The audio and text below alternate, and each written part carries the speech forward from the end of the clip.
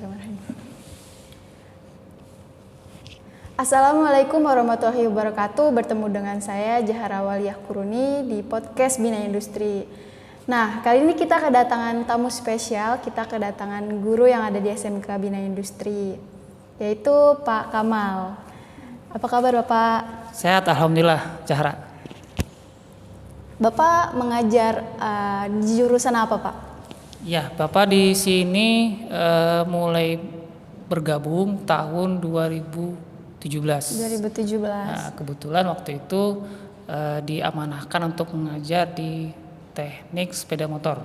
Teknik sepeda motor. Ya, di kelas 10 dan kelas 11. Kemudian di tahun berikutnya, tahun 2018 memperbantukan di jurusan teknik elektro. Teknik elektro. Karena memang di 2018 itu sudah masuk pembelajaran baru ya, yang kebetulan di elektro itu untuk pengajar di satu mata pelajaran di pengendali sistem robotik. Nah, waktu itu masih belum ada. Jadi ditunjuklah Bapak yang memang basicnya waktu perkuliahan memiliki kemampuan untuk mengajar tentang sistem pneumatik. Sistem pneumatik. Nah, di sini saya mau menanya-nanya Bapak waktu masih kecil nih. Ya, Bapak boleh. masih ingat nggak Bapak TK di mana gitu? Ya, Bapak itu semenjak kecil tipikalnya anaknya pendiam. Pendiam. Cuman pendiamnya itu suka ngisengin orang. Pendiam tapi iseng. Jahil lah ya Pak. Jahil kurang lebih. Dulu Bapak TK di TK, kalau namanya dulu TK Persit. TK Persit. Nah, itu waktu itu masih di Aceh ya. Oh, Bapak di Aceh. Iya. Nah, jadi Bapak itu di sana dari lahir sampai dengan SMA itu di Aceh. Di Aceh. Ya, jadi kemudian ke Bandung, memang niatnya itu kuliah. Ke Bandung itu alhamdulillah walaupun tahun pertama nggak lulus di perguruan tinggi negeri yang diinginkan, qadarullah itu tahun kedua ya, Allah mengizinkan Bapak itu kuliah di salah satu politeknik yang memang menjadi impian ya. Politeknik yang diharapkan itu adalah Politeknik ITB, yang memang jurusannya itu di jurusan teknik mesin. Teknik mesin. Iya. Oh, seperti itu. Iya. Jadi tuh kan di TK pasti Bapak punya teman-teman dekat. Nah, Bapak ingat teman dekat Bapak itu siapa? Ya, kalau waktu di TK cuman satu, keinget masih sekarang karena udah lama sekali ya, itu namanya, kalau dipanggil itu namanya Agam. Agam. Kalau kita sering ya kalau main itu kalau pas istirahat itu mau main ayunan itu kan biasanya rebutan tuh ya. Iya Pak. Nah, jadi pas dipakai sama anak-anak cewek ya kita yang jadi istilahnya itu yang ngerebut ayunan tersebut lah, kurang lebih gitu. Nah, itu ya kebetulan posisi badan Bapak itu agak kecil. Nah, si Agam itu badannya itu agak besar. Nah, Bapak kalah gitu? Justru Bapak itu di backup oleh dia gitu. Jadi dapat ayunannya itu dari dia. Dari si Agamnya ini nih. Jadi dapat backingan lah kurang lebih gitu. Backingan seperti itu. Bapak tuh kan Bapak lahir di Aceh. Ya, betul. Dari kecil sampai dengan SMA. Sampai SMA di Aceh. Betul. Terus Bapak ngerantau di Rantau langsung ke Jakarta. Di rumah nenek. Nah, lanjut kemudian kuliah di Bandung. Iya. Terus Bapak rumahnya sekarang di mana? Kalau sekarang Bapak rumah di Cibarusa. Iya. Lumayan jauh ya Pak? Ya, kalau dalam perjalanan itu agak unik sih. Jadi dari Sumatera kemudian merantau ke Jakarta, Jakarta setahun, nah kemudian berlanjut lagi ke Bandung kuliah kurang lebih 3,5 tahun. Nah, ke Cikarang itu setelah lulus kuliah, kemudian memang kawasan industri itu daerah Cikarang ya. Iya, daerah Cikarang. Nah, waktu itu ngelamar di PT Samsung Indonesia. Nah, di sana sudah sampai tes, bahkan ketemu dengan pihak Jepangnya. Iya. Memang persaingan waktu di sana itu yang lulusan Politeknik, bukan hanya anak Politeknik ITB ya. Ada anak Politeknik Astra, ada anak Politeknik UI juga. UI Jadi juga. istilahnya kita tuh ya anak-anak yang apa istilahnya kampus-kampus besar itu bersaing di sana. Oh, Gitu. Jadi ya mungkin belum takdirnya di sana di Samsung, terus mencoba lagi peruntungan untuk melamar kerja, iya. ya. Nah itu dapat di perusahaan otomotif. Otomotif. Nah itulah baru pertama kali masuk ke dunia kerja itu bukan 2000, tahun 1900, lulus 2002, 2003.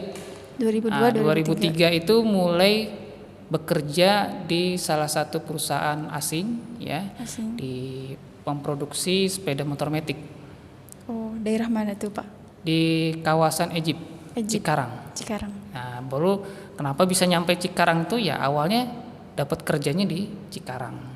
Bapak ngerantau ke daerah Cikarang itu sendirian atau sama teman? Sendiri. Gitu? Sendiri.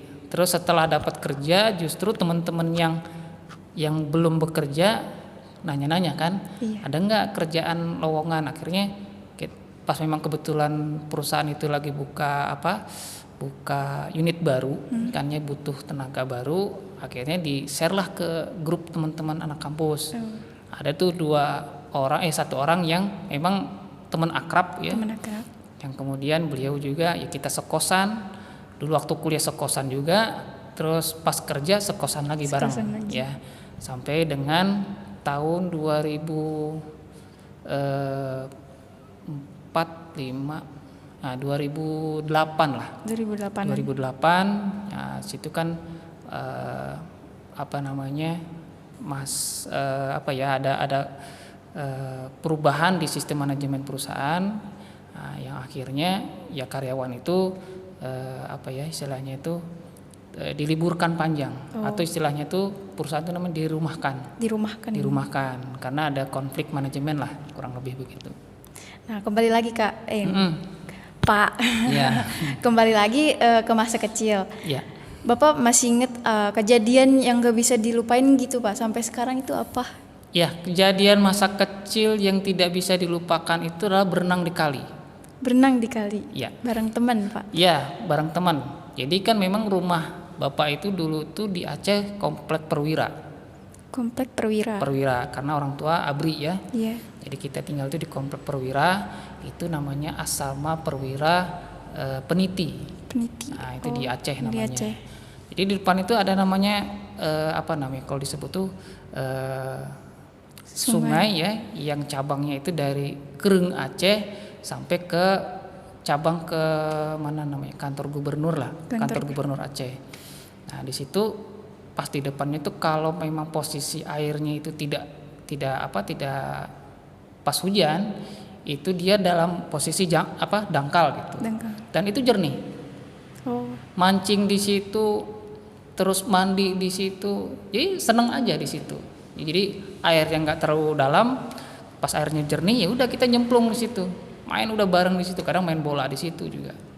Nah itu masa-masa yang memang menyenangkan. Iya. Dan kedua itu adalah masa yang menyenangkan itu pas saat main ke pasar sama ibu ya. Nah kenapa menyenangkan? Karena di sana itu kita bisa milih ikan segar-segar ya, itu yang memang seneng gitu. Pulang dari sana beli ikan istilahnya itu ikan laut ya. Ikan laut. Nah itu di rumah kita bakar batok ya, terus buat ikan panggang dan itu makan bareng-bareng. Nah itu berkesan lah ya. Jadi setiap hampir sebulan sekali itu ada agenda, kalau bapak itu udah beli ikan tongkol yang gede ya, terus kemudian dibakar ya. Nah itu kita yang anak-anaknya itu pada buat sambal kecapnya. Nah sambal kecap itu kita yang buat tuh. Bapak itu kan 3 bersaudara ya, 2 cowok 1 cewek. Nah jadi yang ceweknya itu yang ngulek ininya lah, ngulek cabenya. Nah kita yang cowok itu ngupas bawang sama pakai kecapnya lah, kurang lebih gitu. Nah menurut Bapak daerah Aceh sama daerah di sini itu berbeda atau sama aja gitu Pak? Ya, kesan pertama pada saat masuk Jakarta itu ramai. Kalau di Aceh? Dan berbeda. Kalau di Aceh itu kalau subuh itu kan sekitar jam 6 pagi. Subuh jam 6 pagi Pak? Jam 6 pagi. Jadi perubahan waktu masuk Jakarta itu kagetnya itu loh, jam 6 pagi itu udah kayak sekitar jam 8. Iya, Cuacanya terang sekali. Tapi kalau di Aceh itu jam 6 tuh Masih gelap. ya masih gelap. Masih kita subuh lah, sholat subuh, baru sholat subuh di sananya. Kadang setengah 6 ya, kalau waktunya agak lebih, kalau ada perubahan cuaca, ya itu setengah 6 udah sholat subuh di sananya. Nah, terus yang kedua perubahannya lagi itu adalah suasana jalan. Suasana jalan Suasana berbeda. jalan. Kalau dulu waktu SMP, jalan kaki dari rumah sampai dengan sekolah itu sekitar 15 menit paling lama. 15 menit. Kalau ibaratnya kalau dihitung dari SMKBI itu bisa sampai ke Pasar Setu. Oh, lumayan lah ya, Pak. Ya, kebayangnya itulah, dari sini ke Pasar Setu itu jalan kaki. Setiap hari. Setiap hari.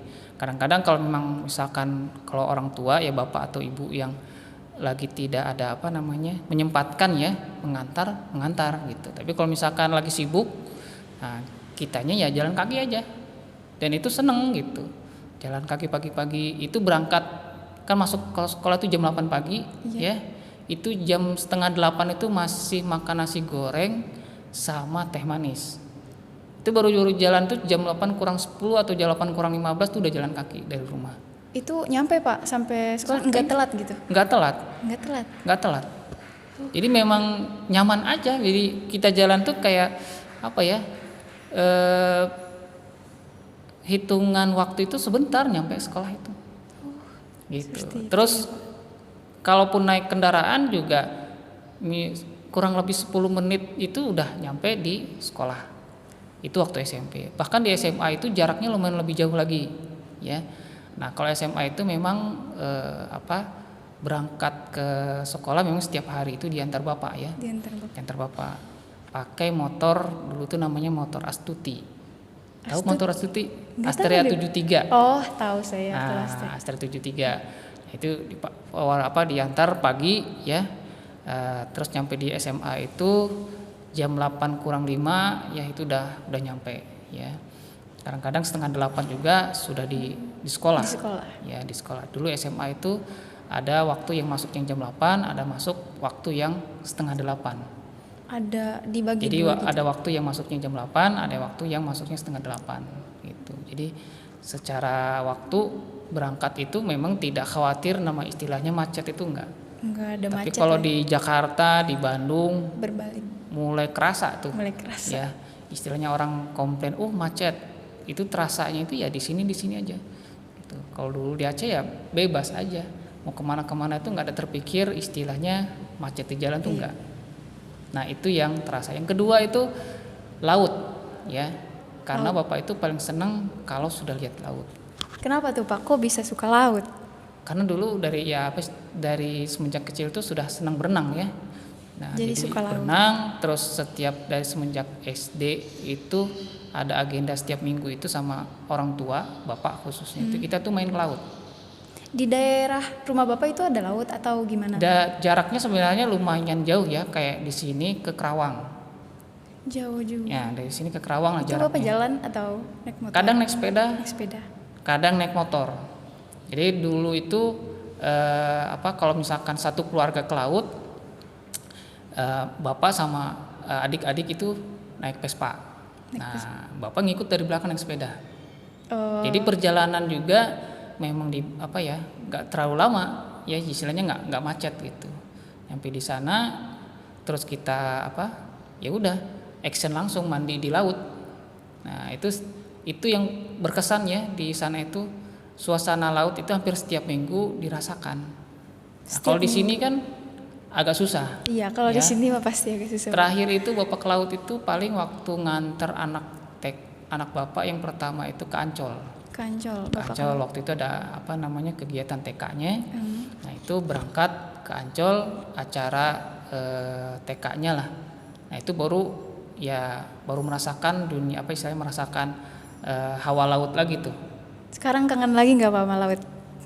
Ya kangen ya, jadi kangen untuk mandi di laut, kangen untuk istilahnya suasana laut, makan di pinggir laut, itu kangen gitu. Jadi kalau misalkan ada waktu memang nanti pulang ke Aceh ya, Mungkin tempat yang pertama dikunjungi itu Laut. laut, ya. Ulele namanya. Di sana tuh namanya pantai laut yang sering dikunjungi itu namanya Ulele. Ulele. Ulele karena dari rumah ke Ulele itu nggak terlalu jauh. Bapak terakhir ke Aceh itu kapan, Pak? Terakhir waktu setelah kejadian tsunami. Kejadian. Seminggu setelah kejadian tsunami. Bapak itu ngerasain atau? Ya, waktu pas 2004 ya, itu Iya, kan, kejadian 2004. Nah, itu posisi Bapak itu sudah bekerja di Cikarang. Di Cikarang. 1 tahun lah. 1 tahun. Nah, setelah lulus kemudian bekerja di Cikarang. Kemudian waktu itu sekitar bulan Desember ya, tanggal 25 lah. Nah, itu terjadi tsunami. Nah, itu posisi orang tua masih di Aceh. Termasuk juga kakak tiri ya. Itu juga di Aceh. Nah, dapat berita tsunami. Itu menghubungi orang tua itu hampir tidak bisa ya, beberapa kali hubungi nggak bisa. Terakhir itu bisa menghubungi itu lewat telepon tetangga, yang kebetulan itu tetangga juga udah pindah. Pindahnya itu pindah ke daerah Lok Sumawe. Bukan di Banda Acehnya. Bukan di Banda Aceh tapi di Lok Sumawe. Jadi mereka juga bilang untuk kabar bapak belum tahu katanya. Coba telepon lagi ke HP-nya, ditelepon juga nggak bisa. Ya situ ada ada prasangka ya, kalau memang dijemput ajalnya ya sudah gitu ya, memang diikhlaskan saja. Merasa sedih iya, tapi merasa yakin orang tua itu masih hidup gitu. Ini orang tua masih yakinlah masih hidup. Satu ketika adik yang cowok yang di Bandung dia nyoba nelpon dan itu diangkat. Terus HP-nya itu diangkat oleh oleh orang tua. Memang komunikasinya kurang jelas, terputus-putus. Dikabarkanlah ke bapak lewat SMS, "Bang, ini bapak tadi ngangkat telepon, cuman suaranya nggak jelas." Gitu. Oh, berarti bapak selamat nih, gitu kan? Terus nyampein berita lagi ke kakak tiri yang di Bandung. Iya. Nah, jadi bapak itu kan punya kakak tiri yang di Aceh juga ada, di Bandung juga ada. Nah, terus kita kita musyawarah. Nah, terus bapak minta waktu cuti di perusahaan ya untuk bisa jemput orang tua ke Aceh. Nah, alhamdulillah 1 minggu setelah setelah kejadian ya qadarullah itu bapak dimudahkan untuk berangkat ke Aceh ya. Pertama memang banyak dukungan dari teman-teman pekerja yaitu yang di perusahaan lama, di perusahaan PT Kimco itu memberikan bantuan ya, baik secara moral maupun bantuan secara material ya, sehingga waktu itu harga tiket itu bapak beli itu 1.200.000 sekali berangkat ke Aceh pakai Garuda, karena pesawat lain waktu itu belum bisa untuk akses ke sana yang komersil ya. Kalau untuk pesawat seperti Hercules, pusat-pusat bantuan itu bisa, tapi kalau pesawat penumpang komersil baru bisa diakses itu 1 minggu setelahnya. Nah, itu akhirnya berangkat kita jam 3 pagi berangkat, nyampe di Blang Bintang. Kalau di sana nama bandaranya Blang Bintang. Iya, Blang Bintang. Itu jam 7 lebih lah, jam 7.15 itu udah nyampe. Sekitar 3 jam kurang. 3 jam kurang. Nyampe di sana. Terus dari Blang Bintang sebenarnya jarak ke tempat rumah bapak orang tua itu tidak terlalu jauh ya, cuma 1 angkot. Nah, pas kita naik angkot Blang Bintang itu nyampe masuk kota Banda Aceh itu sudah bau yang menyengat. Bau menyengat itu dari mayat. Dari mayat yang sudah terkena hempasan tsunami lah. Ya. Jadi kalau diibaratkan itu tubuhnya itu udah istilahnya itu sudah tidak berbentuk lah. Ya, jadi memang fisiknya ada, cuman kita sudah tidak mengenal wajahnya karena sudah berbeda bentuknya. Dan itu ada sedikit bau. Nah, itu di pinggir jalan udah kayak seperti maaf kalau bisa dikatakan tuh mayat bergelimpangan gitu. Oh, jadi tuh bapak ke sana tuh keadaan Aceh tuh masih dalam kondisi istilahnya itu mayat itu masih bergelimpangan di jalan. Dan Pas nyampe juga turun dari angkot ya. Kalau di sana itu namanya angkotnya itu labi-labi. Labi-labi. Nah, labi-labi. Nah, kita turun, itu baru jalan sebentar tuh kondisi Aceh masih gempa. Jadi gempanya tuh nggak besar. Gempa-gempa kecil lah. Gempa kecil. Cuman karena memang seminggu kemarin itu ada kejadian tsunami, jadi gempa sedikit tuh orang langsung teriak, trauma gitu. Tsunami, tsunami. Nah, jadi pada saat kondisi gempa sedikit langsung teriak tsunami. Jadi itu udah membuat trauma ya banyak. Kalau ada orang ngomong tsunami itu langsung pada pada ketakutan. Ya. Bahkan sampai ada istilahnya itu kalau kondisinya itu sampai berlari itu sampai panik gitu ya. Nah, terus alhamdulillah nyampe ke rumah itu memang kondisinya itu jalan masuk ke rumah itu masih lumpur keadaannya. Sampai ketemu orang tua. Nah, disitulah melihat wajah orang tua langsung ya, yang tadinya dikhawatirkan telah tiada ya, tapi alhamdulillah kita ketemu. Terus ya pelukan lah semuanya. Nah, terus kemudian kondisi memang juga belum kondisi Aceh itu belum stabil. Nah, itu untuk kita menginap di rumah itu masih was-was. Ya, masih was-was. Nah, jadi akhirnya kita itu duduknya itu justru di tengah jalan. Di tengah jalan. Jadi istilahnya menjaga-jaga gitu. Kalau kejadiannya misalkan ada tsunami susulan.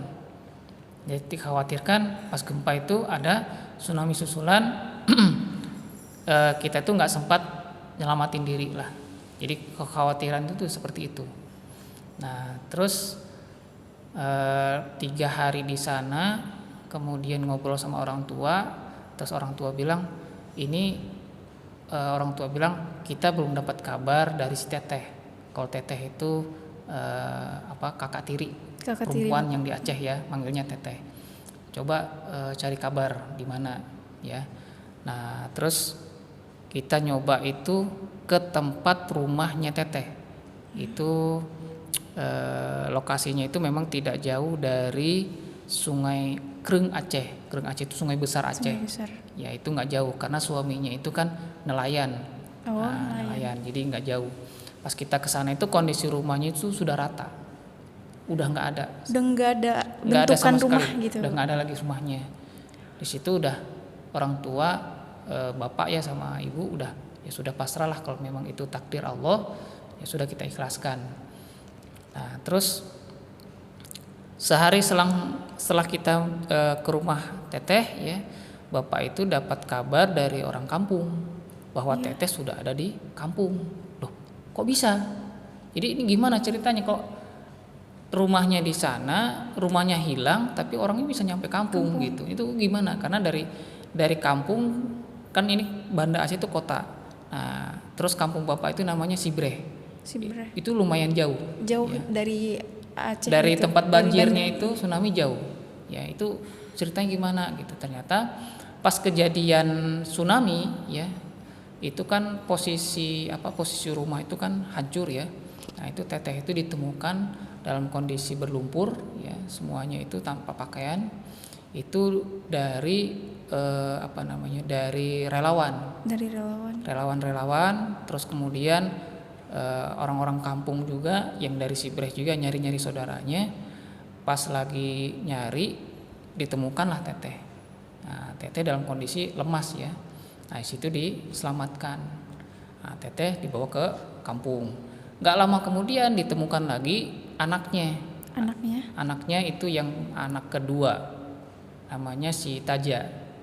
Nah, itu juga sama kejadiannya, itu beliau itu pas kejadian itu terbawa air kurang lebih kelempar itu hampir 10 kilo dari tempat rumahnya lah. Jadi istilahnya itu kalau rumahnya sebelah sisi kanan itu dia itu posisinya itu terlempar di sebelah ke kiri, tengah-tengah itu ada sungai. Jadi berarti nyebrang. Jadi terlemparnya itu ke sana. Jadi setelah itu ditemukan oleh pihak tentara di sana, diselamatkan dan kemudian dibawa ke tempat gedung lah. Dalam keadaan? Dalam keadaan itu apa istilahnya? Memang bajunya itu masih utuh, fisiknya masih utuh, ya. Cuman tidak sadar aja. Jadi dibawa itu dalam kondisi tidak sadar sampai dia itu sadar itu bangun-bangun itu sudah ada di dalam gedung lantai 2. Nah, dia bangun sadar-sadar, loh kok ini ada di sini katanya, ada di lantai 2. Nah, terus pas kemudian gak lama kemudian datang tuh tentara ke atas nanya, lihat anaknya, lihat ponakan bapak yang si Taja itu dalam kondisi keadaan sehat, ya. Nah, setelah sehat terus ditanya-tanya tuh, tanya-tanya siapa nama ibunya, di mana rumahnya segala macam, terus kamu kenal saudara enggak yang ada di kampung misalkan, ya. Alhamdulillah dibilang nyebutin, oh saudara saya di Sibreh, ini ceritalah, ya. Nah, pas kebetulan dari dari aparat tentara itu yang memang masih satu sekampung sama keluarga bapak, ya, keluarga orang tua, ya, masih. Nah, disitulah diselamatkan, dibawa juga ke kampung. Jadi teteh sama anaknya itu bisa ngumpul di Sibreh itu, ya kalau dilihat secara secara pertolongan itu pertolongan Allah, ya. Terus kemudian kronologisnya bisa nyampe ke kampung itu dari bantuan beberapa, baik itu dari aparat, ya, relawan. Juga relawan, nah, sehingga sampailah di sana. Cuman di situ ada cerita dari teteh, memang pada saat kondisi tergulung itu cuma satu yang diingat. Jadi istilahnya itu ibarat tergulung itu kan bukan air yang bening, air yang hitam. Yang hitam. Ya, hitam. Jadi memang dalam kondisi gelap lah. Yang teringat itu cuma satu kalimatnya, ya la ilaha illallah saja. Terus nyebutin itu. Nah, dalam kondisi tergulung, alhamdulillah selamat, ya. Sampailah kondisinya itu di kalau bisa dikatakan tersangkut, ya, di pohon. Nah, kemudian diselamatkan, masuk ke salah satu rumah, ya, untuk istilahnya itu. Jadi posisi pohon itu dengan rumah itu tidak terlalu jauh, ya. Nah, masuk ke rumah yang memang posisi rumah itu kosong, ditinggalkan sama penghuni. Oh, nah, di situ masih ada sisa-sisa pakaian yang bisa dipakailah oleh teteh, gitu, ya. Nah, terus dari situ nggak sadar itu posisi tangannya teteh itu sudah tertusuk kayu. Jadi kayunya itu lumayan panjang, ya. Nah, itu yang yang menjadi bekas lah pada saat kejadian tsunami. Tapi itu keluarga besar bapak itu selamat semua atau? Orang tua selamat, ibu bapak selamat, teteh selamat, ponakan selamat. Yang tidak selamat dan tidak ditemukan mayatnya itu ponakan yang pertama, ya, berarti anak teteh yang pertama. Terus yang kedua itu suami dari teteh. Atau kakak ipar bapak lah. Sampai sekarang belum ketemu. Sampai sekarang juga tidak ditemukan. Maksudnya secara data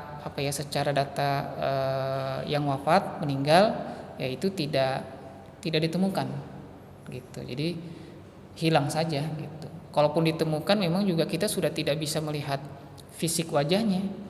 Iya, bingung karena memang kan sudah tidak berbentuk, gitu. Kalau digambarkan itu istilahnya, kalau yang nggak kuat itu bisa pingsan, gitu.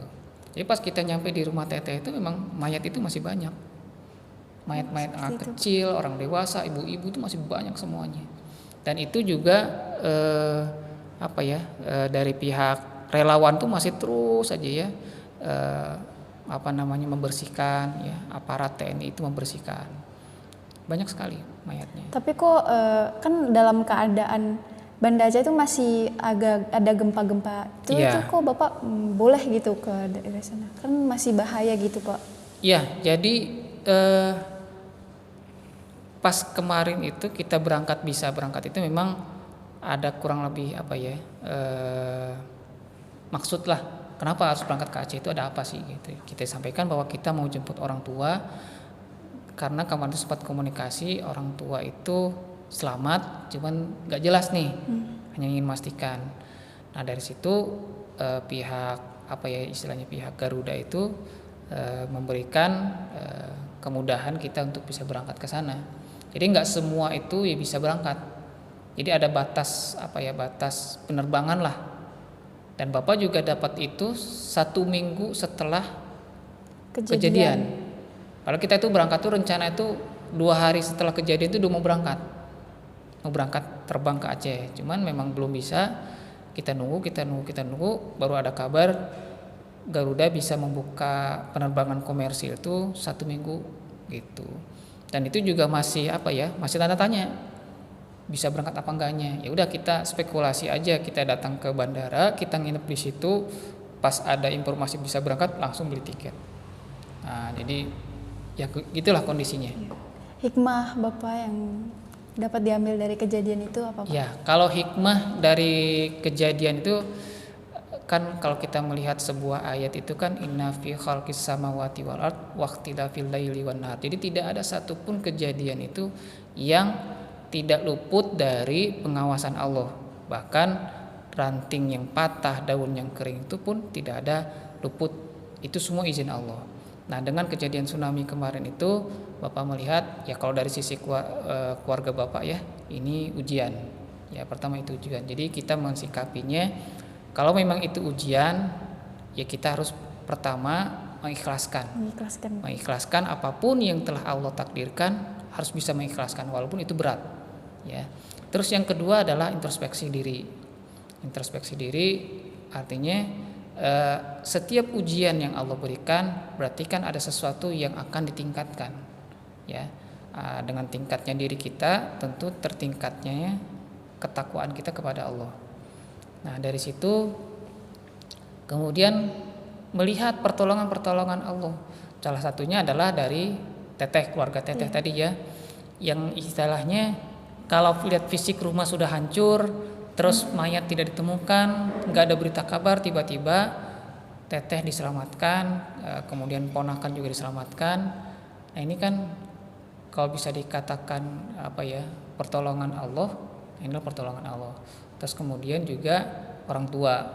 Kalau orang tua dilihatnya kalau secara umur sudah tua ya. Kalau mau lari kemana? Iya, fisiknya juga nggak bisa ya. Tapi qadarullah pada saat kejadian tsunami itu dalam kondisi sehat gitu.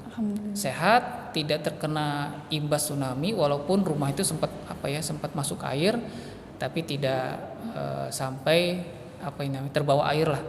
Ibu Bapak itu tidak terbawa air. Jadi itu keadaan rumahnya itu rumah orang tua Bapak itu masih utuh atau masih utuh. Jadi posisi rumah orang tua Bapak itu di belakang komplek perumahan Perwira. Jadi kan dulu itu kan pada saat masih menjabat aktif sebagai perwira TNI, ya kan tinggalnya di komplek Perwira. Karena rumah Perwira itu kan rumah dinas. Nah, terus pada saat Bapak sudah kuliah, terus orang tua juga memang harus pindah karena rumah Perwira itu kan harus berganti yang tempat tinggal. Jadi yang lama keluar, yang baru masuk. Nah, itu terus berganti seperti itu. Nah, pada saat pergantian itu orang tua Bapak itu pindah ke belakang komplek perumahan Perwira. Jadi perumahan Perwira itu besar-besar, ya, besar-besar. Terus pada saat kejadian itu tidak menghempas langsung ke rumah tempat orang tua Bapak tinggal, tapi dia menghantam dulu rumah-rumah Perwira yang di depan. Rumah-rumah besar tuh yang dipukul air dulu. Kenanya tuh sedikit Pak gitu. Iya, jadi istilahnya itu yang justru istilahnya air itu air yang mengalir, bukan air bukan air menghantam, bukan. Gitu. Ya, tapi air yang mengalir masuk ke rumah gitu. Jadi alhamdulillah, nah disitulah orang tua ya diselamatkan oleh Allah. Nah, itu hikmah yang bisa diambil. Hingga kini juga merasakan bahwa artinya kalau ada sebagian, kadang-kadang Bapak melihat anak didik yang istilahnya yatim ya, sudah tidak punya bapak atau tidak punya ibunya, terus Bapak masih diberikan kelengkapan orang tua ya. Nah, ini kan artinya di situ ada kesempatan kita untuk memberikan bakti ke orang tua ya, karena orang tua juga yang telah membesarkan sampai juga selesai kuliah juga mereka lah yang banyak memberikan bantuan. Putus.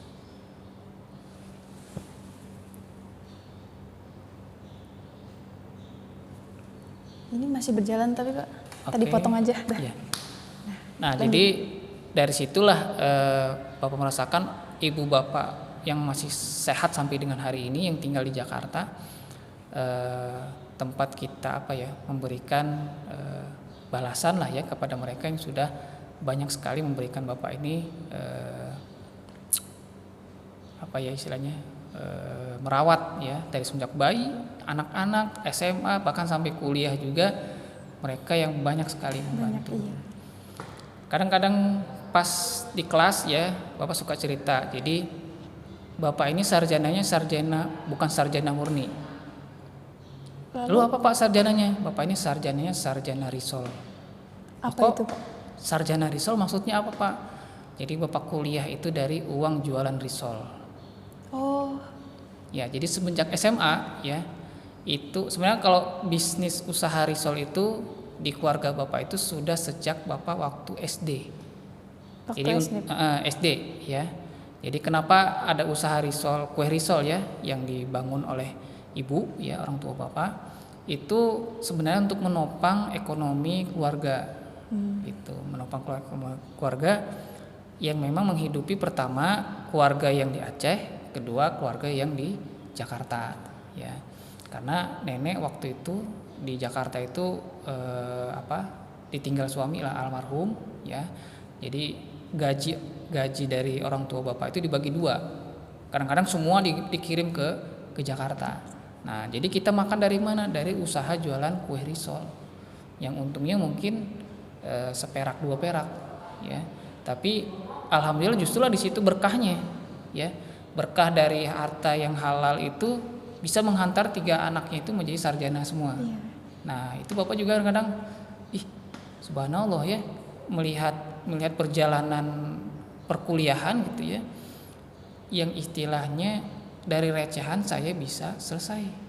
Adik saya juga sarjana, yang paling bontot juga yang cowok juga selesai kuliahnya dari kue risol juga. Jadi bangga gitu dengan istilahnya label sarjana saya adalah sarjana risol. Nah, itu tidak menjadi persoalan karena saya mengingat disitulah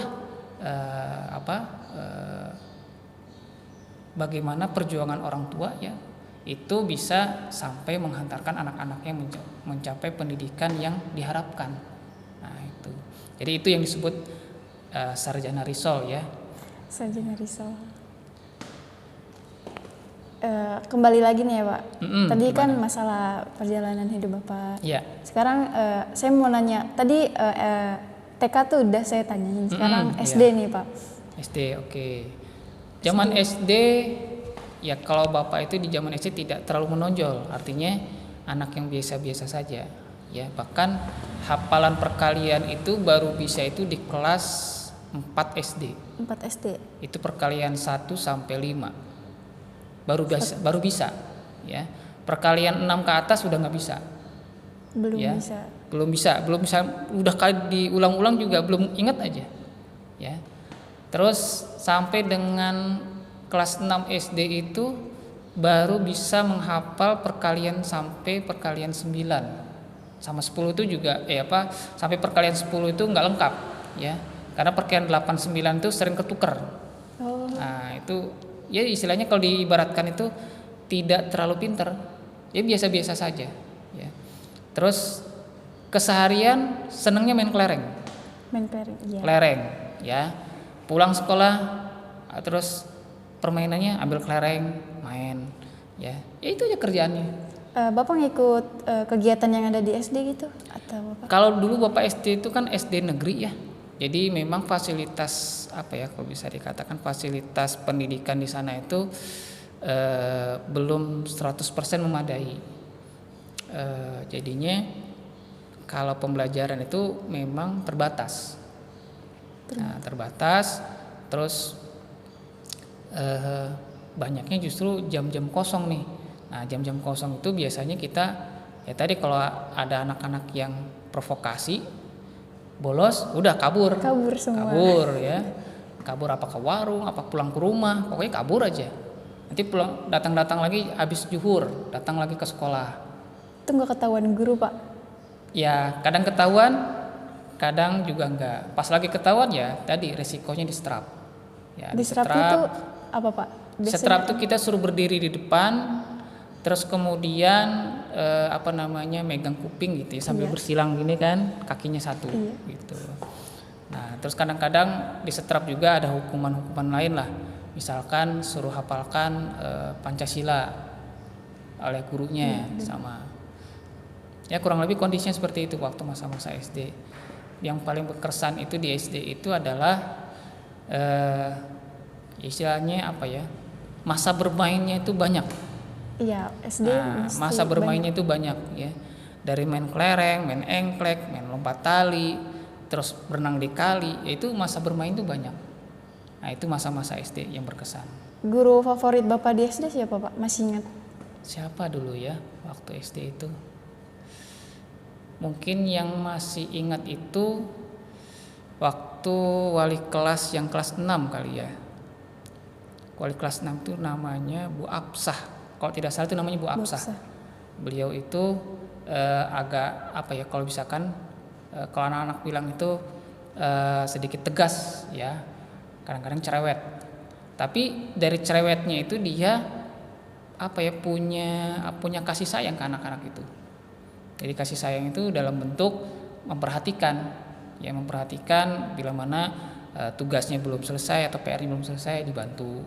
Kenapa belum bisanya apa gitu ditanya. Ditanya kenapa kamu belum bisa, gimana nih cara ngitungnya. Nah itu dituntun ditanya. Nah itu berkesannya di situ. Yang kedua itu kepala sekolah waktu itu siapa ya namanya, lupa. Jadi kepala sekolah SD waktu itu Bapak lupa, cuman sangat berkesan itu waktu memang posisi nilai Bapak itu nggak terlalu bagus. Rapotnya itu memang nggak terlalu bagus. Sempat ada merah 1, terus dipanggil ya, Bapak sama orang tua dipanggil. Terus pas dipanggil itu udah kepikirannya tuh, wah saya akan dimarahin apa ya gitu. Pikiran itu udah gimana gitu, udah ketakutan aja. Ternyata pas sampai di sana itu justru istilahnya diberikan bimbingan ya. Kenapa belajarnya kurang buku atau gimana? Kamal, kamu bingungnya di mana? Nah, terus karena kita masih istilahnya malu-malu ya, cuman bilang saya nggak bisa Bu, belum bisa. Oh ya udah nanti belajar lagi ya. Jadi pikiran untuk istilahnya tadi dimarahi itu sudah, oh saya nggak dimarahi nih. Nah, jadi berkesan lah masa itu ya, karena anak-anak itu paling ditakuti itu pada saat dimarahi guru, dimarahi orang tua. Nah, gitu. Jadi kalau pada saat di Kista itu diberikan nasihat, terus didengerin dan tidak dimarahin tuh, wah seneng gitu. Nah, kan lulus dari SD. Bapak SMP-nya? Ya, SMP Bapak masih di Aceh, ya SMP-nya itu SMP Negeri 3. Nah, SMP Negeri 3 itu termasuk salah satu SMP yang difavoritkan.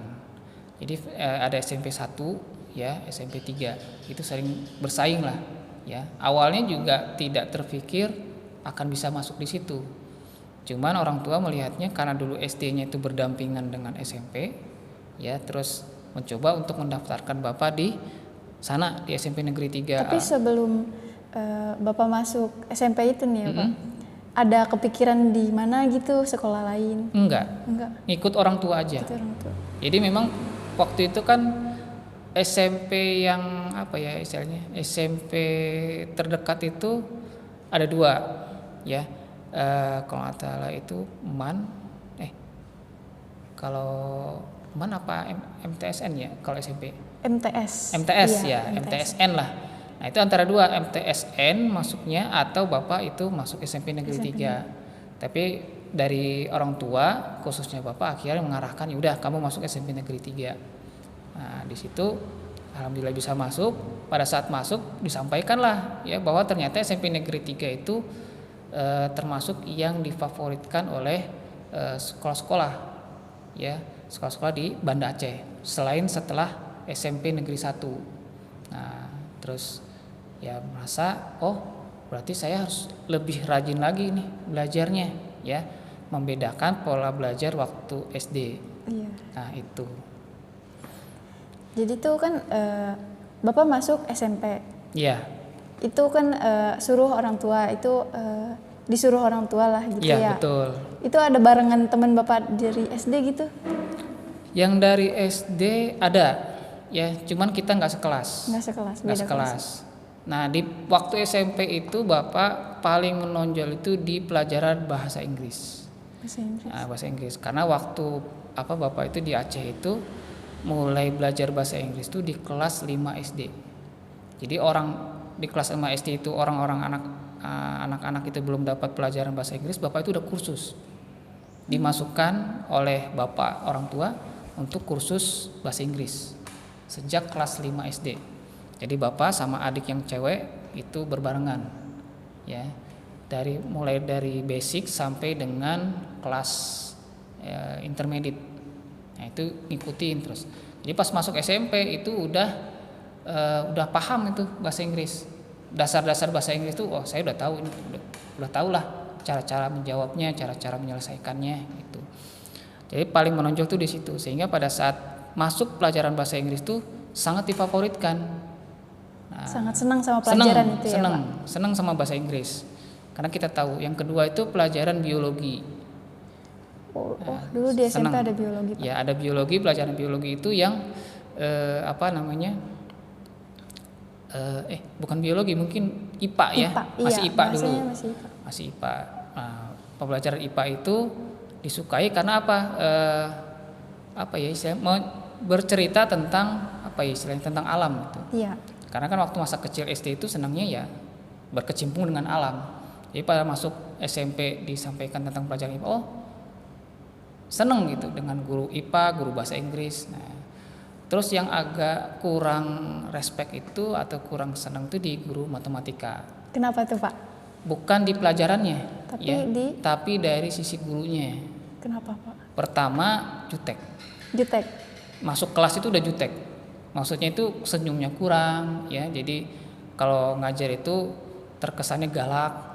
Jadi nggak senang aja gitu. Tapi kalau pelajaran itu di pelajaran matematika itu karena setiap pulang ke rumah ya itu selalu diajarkan matematika oleh bapak. Jadi bapak orang tua bapak sendiri itu untuk pembelajaran matematika itu sangat menekan gitu. Maksudnya kamu harus bisa, aljabar itu kamu harus bisa, geometri itu kamu harus bisa. Karena apa? Bapak kamu bisa. Gitu. Jadi lebih baik saya diajarkan oleh bapak saya dibandingkan guru SMP gitu.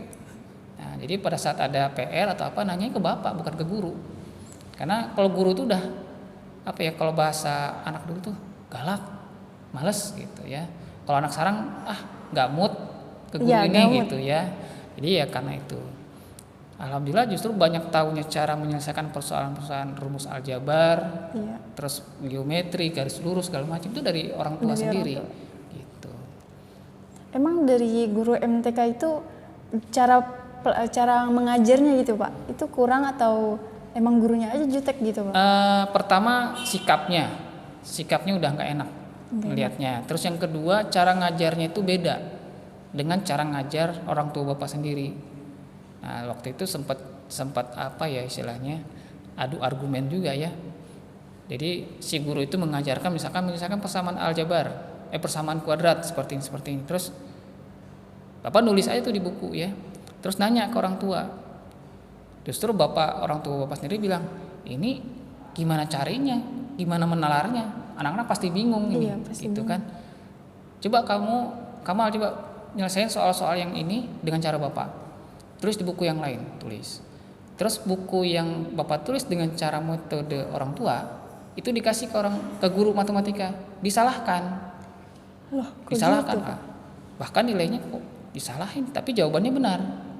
Nah, terus ya karena merasa disalahkan, ngadulah ke orang tua kan, Pak salah semua, nggak terima datang ke pihak sekolah kan, disitulah baru terjadi komunikasi ya dengan guru matematika. Disitulah guru matematika itu baru tahu bahwa orang tua bapak itu adalah orang kuliahan. Dipikir hanya TNI biasa gitu, cerita orang tua kan saya juga kuliah, saya sarjana ekonomi, cuma saya nggak istilahnya nggak menyebutkan bahwa saya kuliahan gitu. Agar apa? Agar ya anak saya itu mencontoh ke saya, kata bapak, orang tua bapak ya. Nah, setelah diskusi panjang lebar, akhirnya guru tersebut khusus untuk bapak, cara belajar matematikanya diterima, model begitu diterima. Khusus Bapak gitu, Iya. Pak? Nah di situ dari kelas 10, dari kelas 7, 8, 9, jadi belajar matematikanya itu ke orang tua. Nah pas waktu kelas 3 ya, kelas 3 itu baru ketemu guru yang enak ya. Kalau nggak salah itu namanya guru perempuan ya. Cara ngajarnya itu lebih ramah, walaupun agak beda tapi ramah. Nah itu yang membuat apa ya, kalau anak siswa SMP itu nyaman gitu. Cara ngajarnya terus menuntunnya, bahkan dia kalau anaknya salah itu tidak langsung tidak langsung marah, tapi mendatangi, justru menyampaikan mana nih yang nggak bisa, ini bu. Nah itu terasa dituntun gitu. Nah itu yang menjadi kita seneng ke guru tersebut, walaupun kadang-kadang cara menyampaikannya agak kurang mengerti ya, tapi ya seneng dengan tipikal guru yang seperti itu Karena ramah gitu. Terus Bapak mengikuti, kan di SMP pasti ada ekstrakurikuler, Pak. Itu masih Kalau di SMP dulu ekstrakurikuler ada 2 ya. Pertama OSIS, kedua itu adalah Paskibra. Bapak aktif dalam organisasi itu? Enggak. Karena Bapak itu sejak SD itu kan sudah ikut kursus bahasa Inggris. Jadi pulang sekolah itu jam 1:30, 1:30 sampai jam 3 itu kadang makan, kadang main, kadang tidur. Itu jam 3:30 itu udah ada sepeda ke tempat kursus bahasa Inggris. Setiap hari begitu terus. Nah jadi di SMP itu ya setelah pulang sekolah itu kesibukannya cuman kursus bahasa Inggris. Lalu kan dari SMP itu apa hal yang terkesan sampai sekarang tuh, Pak? Waktu SMP paling berkesan itu adalah pertemanan yang baru ya. Jadi kalau pertemanan waktu SD itu anak-anak, justru di SMP itu kita punya pertemanan yang beda ya. Pertemanan itu berdasarkan mata pelajaran. Jadi itu Bapak masih ingat beberapa teman yang seide lah bahasanya itu, seidenya itu namanya tuh Sugiono, kemudian Ririn, terus satu lagi itu Nizarli ya, kemudian Dedi. Nah itu yang model cara belajar itu senang kitanya. Jadi pertama kalau dari sisi Bapak memang menonjol di bahasa Inggris, kalau di Sugiono itu menonjol di matematikanya, kalau si Ririn itu di IPA-nya. Jadi kita tuh sharing aja pembelajaran di situ. Kadang belajar bareng, kadang untuk istilahnya kalau di ngerjain PR kita diskusi ya. Justru disitulah kita pahamnya di situ. Kalau pembelajaran waktu SD itu banyak nggak pahamnya, justru di SMP itu dengan teman-teman yang gitu, oh gini ya cara menyelesaikan persoalannya gitu. Terakhir waktu kelulusan.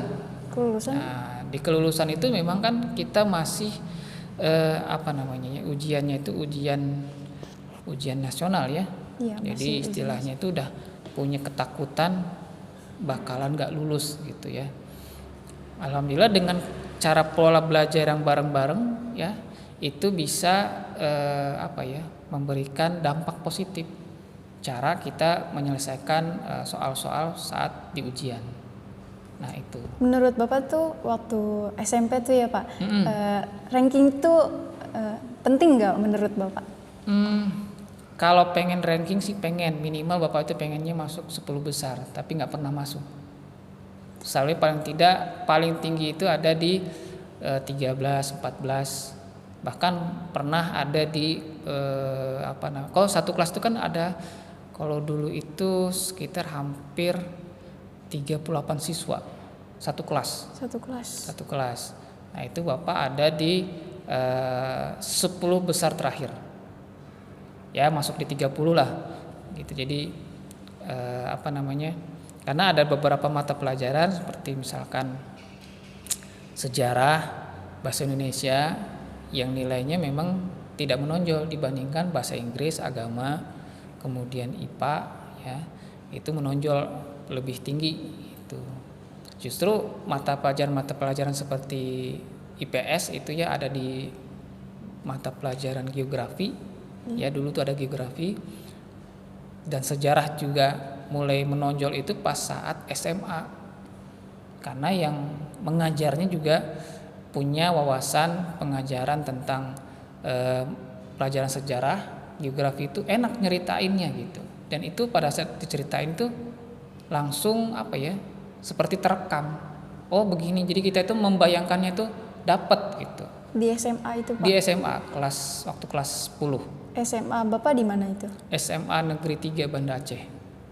Nah, di situ mulai sama ya, kalau SMA Negeri 3 Banda Aceh sama SMA Negeri 1 Banda Aceh juga termasuk yang difavoritkan di sana. Sama Bapak itu waktu di SMA itu yang paling menonjol itu justru di pembelajaran matematika, kemudian di pelajaran kimia, kemudian di pelajaran biologi, sama sejarah. Nah, itu yang menonjol ya. Termasuk satu lagi bahasa Inggris. Yang lainnya mungkin ya biasa aja. Ya untuk PPKN biasa, bahasa Indonesia biasa. Tapi yang untuk pelajaran-pelajaran tadi bisa dikatakan itu tipikal guru, cara mengajarnya itu nyaman, dan pas saat diceritakan tuh enak. Ditangkap itu enak gitu. Logika nalarnya tuh masuk. Nah, itu yang membuat cara belajar yang nyaman lah gitu. Kan di SMA tuh kan rata-rata ya Pak. Kalau kelas 2 tuh masa-masa yang indah nih menurut anak-anak. Menurut Bapak gimana itu Pak? Masa SMA itu masa menyenangkan ya, masa menyenangkan itu karena apa? Di situ kalau bisa dikatakan itu dunia itu sudah masuk ke masa remaja ya, masa remaja, dan kita mendapatkan informasi-informasi baru. Nah, lingkungan di SMA Negeri 3 ya itu unik ya. Uniknya apa? Pada saat kita kita istirahat, di situ kan ada musola, kemudian juga ada tempat jajanan bakso. Nah, itu tempat yang paling favorit itu di tempat jajanan bakso. Nah, itu udah pada ngumpul di situ, udah ngantri lah ya, kita makan gitu ya. Nah, terus tempat lain-lainnya adalah di perpustakaan. Jadi yang menariknya di situ adalah pada saat cara belajar di sana itu dibentuknya itu siswa itu senang berkelompok. Nah, berkelompok terus membahas tentang pelajaran-pelajaran yang telah disampaikan guru. Nah, terus dari situ ada masa-masa yang istilahnya kita senang ke si Anu, misalnya, kalau Bapak memang tipikalnya anak pendiam gitu ya, senang itu ya diem aja gitu. Jadi tidak mengungkapkan gitu. Cuman mungkin ada beberapa teman yang istilahnya berani ya menyatakan sampai istilahnya saya suka kamu, ya kurang lebih seperti itulah ya. Bahkan sampai kalau arah sampai permainan lah ya. Nah, itu nonton bioskop bareng berdua. Kalau Bapak itu tidak ke sana. Justru kesibukannya itu selain setelah kursus bahasa Inggris, kesibukannya itu banyak di olahraga. Nah, olahraganya itu di olahraga renang.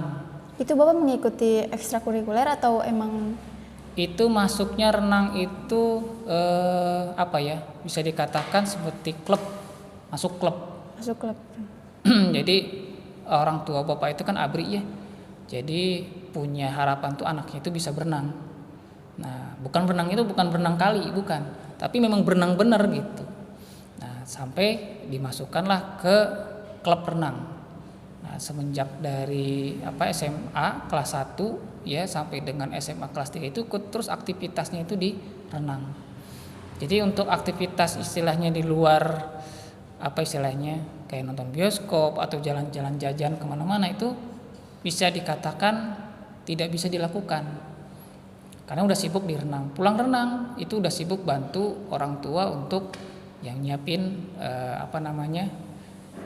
dagangan lah ya. Tadi Bapak bilang cerita dagang itu mulai sejak Bapak SD. Dari itu SD, ya. Dari membuat kue risol tadi ya. Nah, kue risol itu dikirim atau dibawa itu ke toko Cina lah. Nah, di Aceh itu ada beberapa toko Cina yang tempat kue risol itu dikirimkan. Jadi kita itu datang itu sebelum subuh sudah nyampe di sana. Jadi ada 4 toko Cina, ada toko Ramai, ada toko Asia, ada toko apalagi ya itu namanya yang dikirim ya. Sekali kirim itu ada 200 kue. Jadi sebelum subuh itu kita orang tua udah nganter tuh. Ibu nganter ke toko Asia. Bapak nanti dibawa kue itu ke toko Ramai itu diam di depan toko. Sampai toko dibuka. Jadi nunggu toko itu dibuka tuh kita diem gitu. Dan nggak boleh terlambat. Kalau udah terlambat, udah nggak diterima itu kuenya. Kok nggak diterima, Pak? Ya gitu gaya Cinanya begitu. Oh, gayanya. Ya, jadi istilahnya kamu terlambat ya. Udah kemana aja, maksudnya ini gimana gitu. Kalau mau dagang yang benar gitu. Jadi memang dari semenjak semenjak kecil itu, semenjak SMP lah ya, SMP SMA itu memang sudah terbiasa dengan kehidupan dagang lah, dagang kecil-kecil gitu ya, mengikuti dagangan ibu ya. Nah, ibu sama, pada saat toko dibuka itu sudah langsung menyusun kue gitu ya. Jadi di toko A ibu jaga, di toko B nanti ada orang toko yang bisa dipercaya lah gitu. Nah, terus dari keuntungan kue itu baru dikumpul-kumpulin untuk biaya sekolah. Berarti Bapak tuh SD, SMP, Iya. SMA juga itu jualan di sekolah gitu, Pak? Kalau jualannya bukan di sekolah, di toko tokonya, Cina. Tokonya. Toko Cina. Ya, istilahnya itu namanya toko, kalau namanya itu toko kelontong lah. Iya, kelontong. Nah, kalau toko Cina itu kan semuanya serba ada yang jualan bagian sisi kanan jualan kue, sebagian sisi kiri jualan alat-alat perabot misalkan. Terus bagian belakang itu jualan semacam aksesoris jam tangan apa segala macam. Nah, jadi kalau kita masuk itu nyusun kue itu di rak-rak tempat kue tuh. Tempat kue kita susun ya, terus kemudian nanti setiap pagi itu biasanya itu yang kantor-kantor pemerintah ya, pegawainya itu sebelum mereka masuk ke mana bekerja, nah itu belanja kue.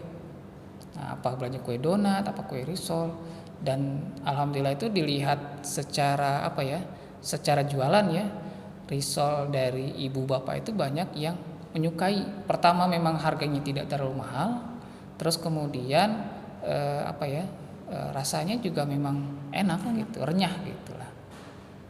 Jadi berarti Bapak sebelum berangkat ke sekolah berarti Bapak nganterin? Iya, ngantar kue dulu. Kue itu. Bantu orang tua.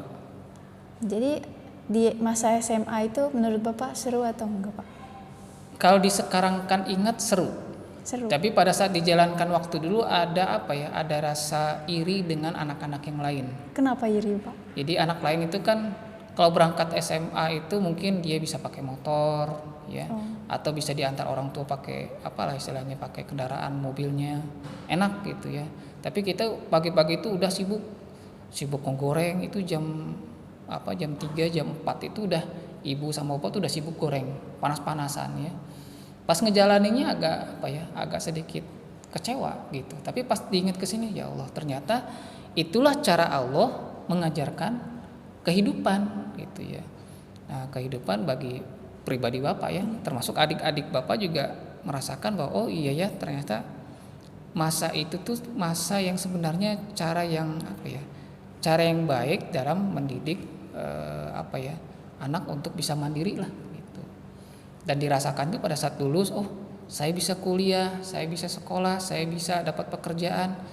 Sampai dengan hari ini itu mungkin ya tadi dari doa orang tua, dari cara orang tua mencari nafkah yang halal, maka itu semua mudah gitu. Nah, itu yang dirasakan pada saat sekarang ya. Jadi menceritakannya lagi itu ke anak ya, termasuk juga ke anak didik ya, ada rasa kebanggaan. Ya, beda dengan misalkan jika persoalannya adalah semua fasilitas Bapak pas masa SMA misalkan ya atau SMP itu mudah. Mungkin tidak ada cerita yang seru saat ini. Ya. Tapi pada saat kita mengalami masa-masa yang masa-masa di bawah lah ibaratnya, masa-masa perjuangan ya, bagaimana sekolah itu susah, bagaimana mencari rezeki yang seperak dua perak itu, bagaimana sampai harus mengantar risol, menunggu toko ya, itu menjadi sejarah ya, dan itu bisa diceritakan ke anak. Jadi mereka juga pada saat diceritakan itu, orang tua saya aja dulu masa kecilnya seperti itu. Jadi pada saat kita menceritakan ke anak kita, terus menyampaikan bahwa Bapak dulu begini gitu, kamu sekarang ini sudah diberikan fasilitas fasilitas kemudahan, nah ini disyukuri ya, jangan sampai istilahnya disalahgunakan, malas-malas belajar ya. Dulu aja dengan kondisi yang kekurangan Bapak saja sanggup ya, tapi ya, kamu diberikan fasilitas yang kemudahan, justru kemudahan itu bukan digunakan untuk cara belajar yang baik, justru disepelekan, malas-malasan misalkan ya. Nah ini kan bentuk ketidaksyukuran gitu. Nah itu, jadi kisah masa lalu itu justru yang menjadi keseruan tersendiri pada saat diceritakan kembali. Nah, pelajaran Bapak yang diambil dari jualan gitu. Nah kalau diambil dari pembelajaran jualan sampai dengan sampai dengan saat ini ya, pertama terbentuknya jiwa mandiri ya. Nah jiwa mandiri itu pada saat masuk perkuliahan itu terbentuk dengan sendirinya, karena masuk ITB itu nggak mudah. Pertama persaingan ketat, kedua kita di perkuliahan itu kalau memang dalam satu mata kuliah itu bernilai E, itu sudah didepak dari kampus, artinya sudah drop out. Jadi tidak ada istilahnya mata kuliah yang diulang tuh nggak ada. Nah di sana itu agak keras. Jadi pada saat masa-masa perkuliahan itu ya masa-masa kerasnya kita perjuangan, jungkir baliknya di situ, mengerjakan tugas, terus serius dalam menyelesaikan tugas ya. Apalagi basic Bapak dulu SMA, kemudian masuk perkuliahan itu di teknik mesin ya, itu berat. Di awal-awal semester itu berat. Kenapa Bapak pengen ke teknik mesin? Sebenarnya teknik mesin itu bukan pilihan utama. Justru pengennya itu masuk ke teknik komputer atau teknik kimia. Tapi kenapa? Karena di SMA itu seneng dengan pertama jurusan kimia ya. Terus kemudian di teknik komputer itu karena memang kalau masa SMA itu lulus ada barang baru istilahnya komputer, terus terpikirnya itulah pada saat saya bekerja saya mampu komputer itu mudah, maka terpikir saya mau ngambil jurusan teknik komputer ya, padahal nggak tahu, kalaupun tadinya masuk jurusan teknik komputer bisa jadi lebih parah. Karena apa? Di teknik komputer ITB itu banyaknya pemrograman aja terus. Nah, qadarullah ditakdirkan Allah masuk teknik mesin, justrulah di situ sesuatu yang tidak pernah bayangkan Bapak diposisikan di situ. Artinya teknik kimia nggak lulus, teknik komputer nggak lulus, justru di jurusan teknik mesin yang kita sama sekali nggak ada gambaran kuliahannya itu mau gimana. Nah, pertama pas udah masuk ada kebanggaan tersendiri, saya lulus teknik mesin. Kemudian pas ngejalaninnya sebulan 2 bulan itu udah mau nyerah. Karena berat ya, karena menyesuaikan itu berat. Di sana kita belajar istilahnya teknik bengkel. Di SMA belum pernah, megang kikir belum pernah. Ya, megang gergaji juga sebisanya. Megang palu ya mungkin yang sering dipegang palu doang sama golok. Sedangkan di sana harus megang mesin bubut, ya, megang nyolder, megang mesin milling. Itu istilahnya, waduh ini kayaknya nggak mampu deh. Tapi karena memang teknik mesin di ITB itu kita itu bareng-bareng, susah bareng-bareng, seneng bareng-bareng, alhamdulillah. Yang satu jurusan, satu angkatan lah ibaratnya, itu ada 26 mahasiswa itu kita bareng-bareng lulusnya. Bareng-bareng lulus semua bareng-bareng gitu Pak. lulusnya. Cuman ada kisah di awal-awal semester itu Bapak sempat ngedrop ya, karena ada satu mata kuliah yang tidak memenuhi kelulusan SKS-nya, karena nilainya kecil, itu nilainya cuma dapat D. Jadi semuanya ada yang nilai A, B, satu nilai D. Itu nilai IPK totalnya itu di bawah 2, nah itu sempat ngedrop, sempat bingung, sempat galau mau apakah dilanjutin atau tidak gitu. Nah cuman pada saat melihat ke belakang lagi, saya kesini itu sudah berjuang mati-matian. Saya udah lulus, kok impian yang sudah saya dapat ini mau saya ibaratnya mau saya buang gitu. Jangan berpikirnya itu saya nggak boleh berbalik ke belakang. Kalau saya sudah melangkah ke depan, jangan pernah melihat ke belakang, teruskan. Nah itulah perjuangan. Jadi itu terbentuk dari kapan? Dari semenjak tadi pola yang masa-masa Bapak di SMA, SMP ya, yang sudah terbentuk. Jadi mentalitas itu terbentuk pada saat perkuliahan, juga pada saat di dunia kerja. Nah di dunia kerja persaingan juga sama ya, tidak seindah dunia SMA, tidak seindah dunia perkuliahan. Di tempat kerja gitu kita bisa dimaki-maki, bisa digoblok-goblokin, bisa direndahin juga bisa ya. Karena apa? Kita bekerja dengan orang asing ya. Di situ maunya dia apa ya kita harus kerjakan ya. Kadang-kadang ada kesalahan yang menurut kita sepele tapi dimarahinnya ampun-ampunan ya. Bahkan kita istilahnya itu direndahkan lah dari sisi merekanya. Tapi karena sudah terbentuk mental, nggak dimasukin hati ya. Kalau memang salah ya terima, saya harus perbaiki ya. Kecuali misalkan dia si pihak perusahaan pimpinan itu marah, tidak menyebutkan salah tapi menyudutkan, jadi salahnya kita itu nggak tahu. Nah itu istilahnya nggak diterima. Tapi kalau misalkan dia marah, menyebutkan salah kita apa, terus mengarahkan, ya kita harus menerima dan saya harus merubah gitu. Sebelumnya Bapak punya cita-cita apa Pak? Ya kalau secara cita-cita sejak ya kalau dari SD cita-citanya apa? Mau jadi dokter ya. SMP cita-citanya apa?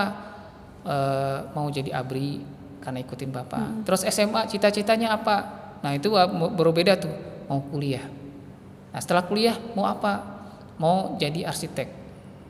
Itu cita-citanya ya kalau secara ini ya, secara tahapannya.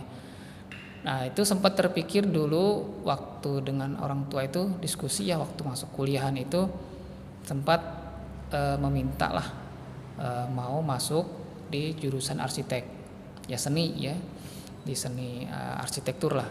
Cuman orang tua keberatan karena tahu kalau namanya anak arsitek itu biayanya sangat besar gitu ya, karena orang tua bapak kan kuliah ya, jadi tahu biaya perkuliahan itu untuk beberapa jurusan ada yang memang terjangkau, ada yang memang sangat tinggi, seperti kedokteran itu memang biaya tinggi, arsitek juga termasuk biaya tinggi.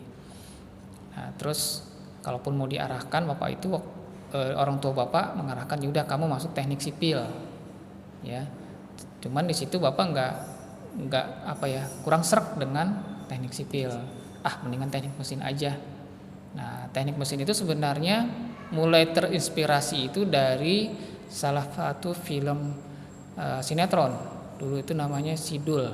Iya itu ya, dari situ terinspirasi, anak teknik mesin itu nanti lulusnya kerja di salah satu perusahaan mesin, salah satunya misalkan United Traktor.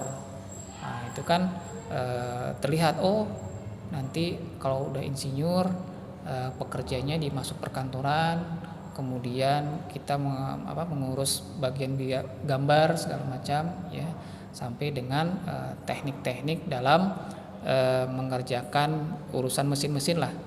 Nah, kayaknya enak nih gitu, bisa nih gitu. Jadi terinspirasi itu dari situ dulu mengambil jurusan teknik mesin. Dari semua yang tadi Bapak ceritakan itu, kenapa sekarang Bapak menjadi seorang guru? Nah, kalau guru, ya kalau dibilang cita-cita sebenarnya tidak tidak terpikir ya. Cuman ada muncul kemampuan guru mengajar itu sewaktu di dunia kerja. Jadi di dunia kerja itu Bapak sering memberikan pelatihan ke karyawan baru, misalkan baru direkrut ya, masuk ke bagian quality control. Jadi sebelum dia bekerja itu diarahkan dulu, kamu tuh kerjanya nanti harus begini ya, barangnya ini, yang NG itu ini, yang rejectnya itu ini, masukin packing ini, terus dipisahkan. Nah itu mulai di situ mulai muncul tuh, mulai bisa mengarahkan. Terus kemudian juga pada masuk waktu itu Bapak bagian di pengukuran.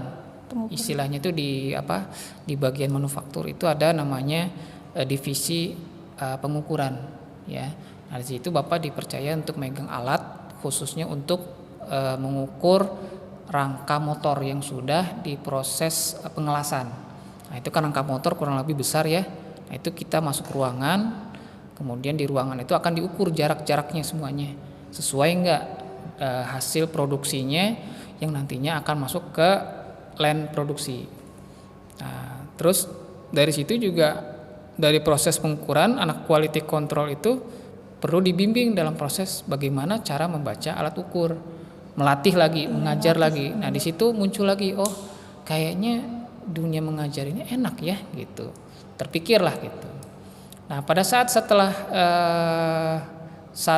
di perusahaan pertama selesai terus bangkrut ya ibaratnya, terus kemudian ngelamar lagi pekerjaan di perusahaan Jepang, masuk lagi ke dunia pelatihan lagi. Pelatihan lagi namanya disebut melatih internal ISO training ya. Jadi kita melatih para auditor untuk mengaudit bagian-bagian departemen lainnya berkenaan dengan sistem ISO. Muncul lagi cara mengajarnya dan alhamdulillah yang dilatihkan itu semua merasa mengerti gitu. Jadi munculnya itu berbarengan dengan pekerjaan.